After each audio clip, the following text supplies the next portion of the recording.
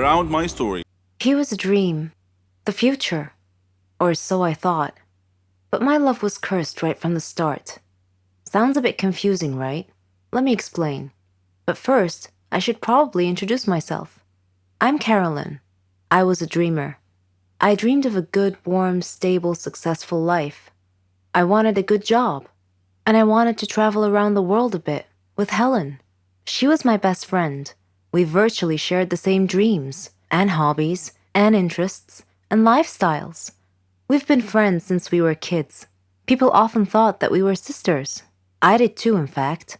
She even got jealous if anyone tried to get close to me. Every day, Helen and I worked a little more towards our dreams. Once, when Helen and I were traveling with some of our friends, we had a problem with the hostess on the plane. A gentleman intervened and cleverly solved our problems. His name was Danny. I liked him. A lot. I thought about him often, but whenever I talked to Helen about him, she told me that he was not as amazing as I seemed to think he was. Coincidentally, I met him again at a party of a mutual friend. We talked together till daylight. I told Helen about our encounter, and she expressed her wishes that my love story would have a happy ending. I similarly told her that I hoped she would find the love of her life someday too. Everything would be okay, we figured. Then, one day, I received a letter in our mailbox.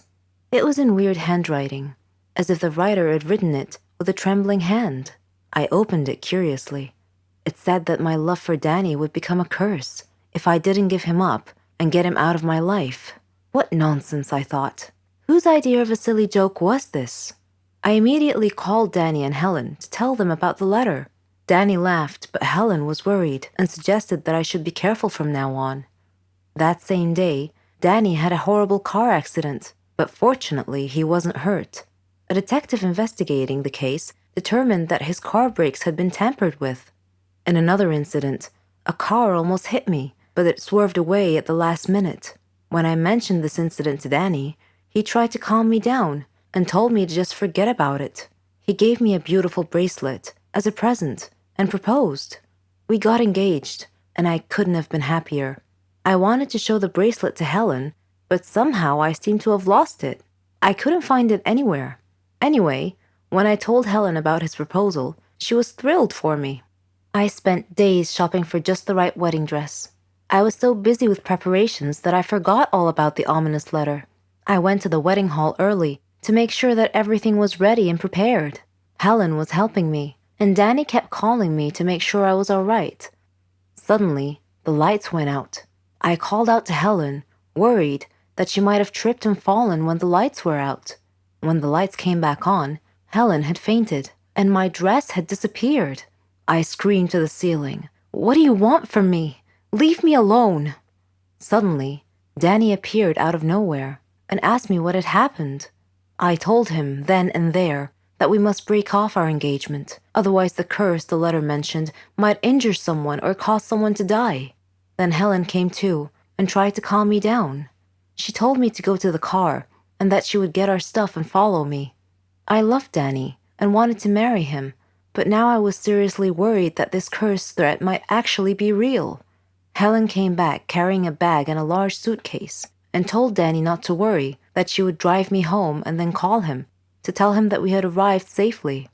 I was still crying, and Helen was trying to calm me down. When we arrived home, I noticed something strange. Helen was carrying a bag that was partially open, and I glimpsed a piece of clothing stuffed into it. It looked exactly like my dress. I opened the bag and found that it was my dress. I confronted Helen and demanded to know how my missing dress ended up in her bag.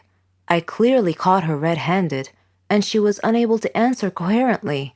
I realized at that moment that the source of the so-called curse was Helen. "Helen," I said, "how dare you do this to me? I thought we were like sisters to each other." She replied icily, with a glare that I saw for the first time. She said that she fell in love with Danny just as I did, but he chose me instead of her, and that she hated me for it. She said she won him over and got him to love her instead. Then they both tried to scare me into calling off the wedding so that she and Danny could be together. There are no words to describe how I felt at the time. I replied in a similar tone. I told her that I don't ever want to see her again, or Danny, Neither of them mattered anymore. I never did see Helen or Danny after that day. I'm on a Caribbean island now, sipping on a cocktail. I read in the paper that Danny and Helen had announced their engagement. I'm thinking about what wedding present I should give them as a surprise. It all happened on my last holiday. It was a terrible experience. It was the worst holiday I have ever had. Me and my friend Renee, we decided to go to New Zealand. We were saving money for a very long time to go on this trip. It was our dream to go to the land of the Lord of the Rings. We had made reservations for flight at the end of July, and from that moment on, everything went wrong. It turned out that the flight was reserved for only one person, simply because a woman at the travel agency didn't understand us very well.